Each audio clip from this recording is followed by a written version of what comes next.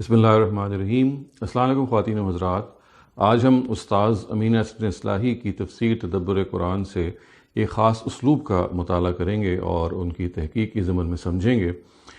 اس سے پہلے کہ میں آپ کے سامنے ان کی وہ تحقیق پیش کروں، اس لیے کہ وہ بہت اہم تحقیق ہے اور اس حوالے سے بھی بہت اہم ہے کہ ہمیں اگر زبان شناسی اور زبان کی جو لطافت ہے اس کے بارے میں علم ہو تو ہم قرآن کو سمجھنے میں بہرحال چوک کھانے میں جو غلطی کا جو چوک کرنے کا امکان ہے وہ کم ہو جاتا ہے۔ خواتین حضرات، قرآن مجید کے بارے میں یہ بالکل واضح ہے کہ یہ زبان جس زبان میں یہ نازل ہوا وہ اعلیٰ عربی زبان تھی۔ یہ وہ زبان تھی کہ جو جس کو سن کے ان زمانے کے جو عرب شعراء تھے وہ بالکل بے بس ہو گئے، اور انہوں نے اس کا جو انفلوئنس تھا، اس کی جو سحر بیانی تھی، اس کے انفلوئنس کو کم کرنے کے لیے اس کو جادو اور بہت ساری اور کہانت سے متشابہ قرار دیا۔ استاذ امین احسن اصلاحی کے بارے میں ہم جانتے ہیں کہ وہ استاذ حمید الدین فراحی کے شاگرد ہیں اور انہوں نے زبان شناسی اور زبان کی جو ادائیں ہیں ان سے سیکھی ہیں۔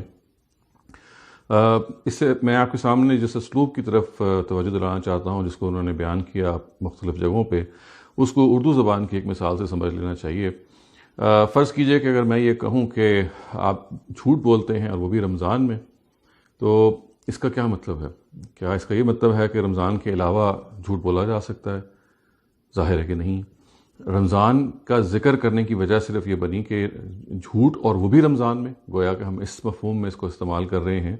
کہ جھوٹ تو ہر حال میں ہی ناجائز ہے، لیکن رمضان میں تو اس کی جو شناعت ہے، اس کی جو برائی ہے وہ بڑھ جاتی ہے۔ تو بعض چیزیں جب زبان میں بیان ہوتی ہیں تو وہاں پہ جو اسلوب ہوتا ہے اس میں جب آپ نگیشن کر رہے ہوتے ہیں تو اس نگیشن میں جو اصل چیز ہے وہ اس پر ذہن ہونا چاہیے، اسی پہ ارتکاز ہونا چاہیے، ورنہ اس کا امکان ہے کہ ہم کوئی غلط مطلب بس کر لیں اور ہم کہیں یہ نہ سمجھ بیٹھیں کہ یہ کہا جا رہا ہے کہ آپ مسجد میں جھوٹ نہ بولیں، تو اس کا مطلب یہ سمجھیں کہ بھئی آپ اس کے علاوہ تو جھوٹ بول سکتے ہیں لیکن مسجد میں نہ بولیں، یا رمضان میں تو کم از کم آپ سچ بولیں۔ تو اس کا کیا یہ مطلب ہے کہ رمضان کے علاوہ ہمیں سچ نہیں بولنا چاہیے؟ اس کا مطلب ہے کہ یہاں اصل میں جو کچھ کوالیفیکیشنز ہیں، یعنی رمضان کی کوالیفیکیشن یا مسجد کی کوالیفیکیشن، یہ اس کی اصل نہیں ہے، بلکہ اصل کی جو شناعت ہے اس کو مزید بڑھا رہی ہے۔ اسی کو اگر آپ ذہن میں رکھیں اور پھر قرآن مجید پر غور کریں تو دیکھیے جو چیز آپ کو قرآن کے اسالیب میں سمجھنی ہے اس کی ایک اور بڑی نمایاں مثال ہے جس سے آپ کو سمجھ میں آ جائے گی، اور وہ یہ ہے کہ قرآن نے ایک موقع پہ یہ کہا کہ لا تقتلوا اولادکم خشیۃ املاق، یعنی مفلسی کے ڈر سے اپنی اولاد کو قتل نہ کرو۔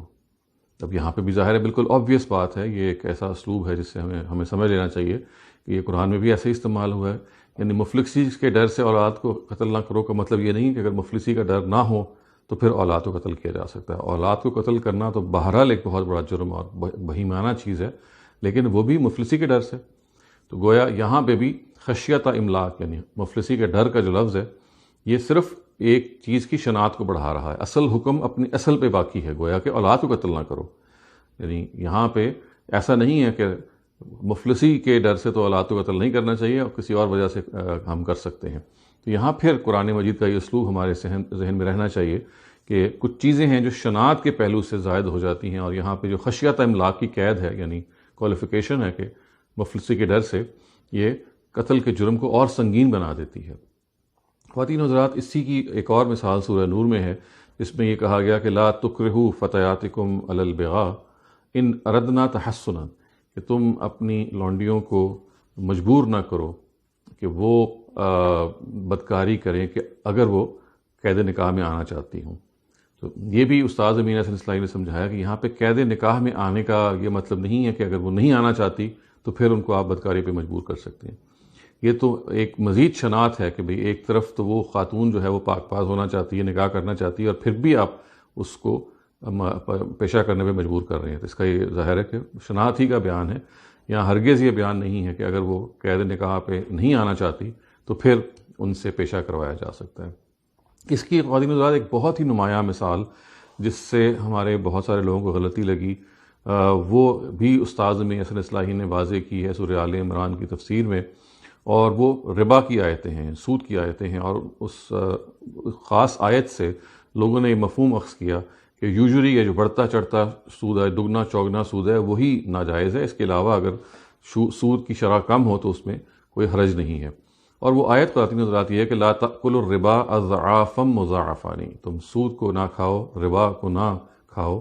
بڑھتا چڑھتا یا دگنا چوگنا ہوتا. تو یہاں پہ جو بڑھتا چڑھتا سود ہے، یہاں پہ بھی جو بڑھتا چڑھتا ہے یا چوگنا ہے یا دگنا چوگنا کے الفاظ ہیں، اضعاف مضاعفہ عربی کے الفاظ ہیں، یہ صرف شناعت کو بیان کرنے کے لیے آئے کہ آپ سود، اور وہ بھی بڑھتا چڑھتا. ایک تو آپ سود لے رہے ہیں اور وہ بھی اتنا ایکسپلائٹیٹیولی لے رہے ہیں. تو گویا یہاں پہ بھی جو چیز سمجھنے کی ہے وہ یہ ہے کہ یہاں پہ بڑھتا چڑھتا جو ہے، یہ مراد نہیں ہے کہ اگر آپ کم درجے کا سود ہو یا کم شرح کا سود ہو تو آپ چارج کر سکتے ہیں، بس بڑھتا چڑھتا ہے وہ آپ کے لیے جائز نہیں ہے. تو یہ اگین اگر آپ اس اسلوب سے واقف نہیں ہوں گے تو آپ یہ سمجھیں گے کہ شاید قرآن مجید یہ کہہ رہا ہے کہ یوزری کے جو یا ایکسپلائٹیٹیو انٹرسٹ یا وہ سود کے جو بہت ہائی ریٹ کا ہو وہ ممنوع ہے. تو یہاں پہ بھی یہی اسلوب ہے جو ہمارے سامنے زیر بحث رہتا ہے کہ جب کہا جاتا ہے کہ آپ بڑھتا چڑھتا سود نہ کھائیں،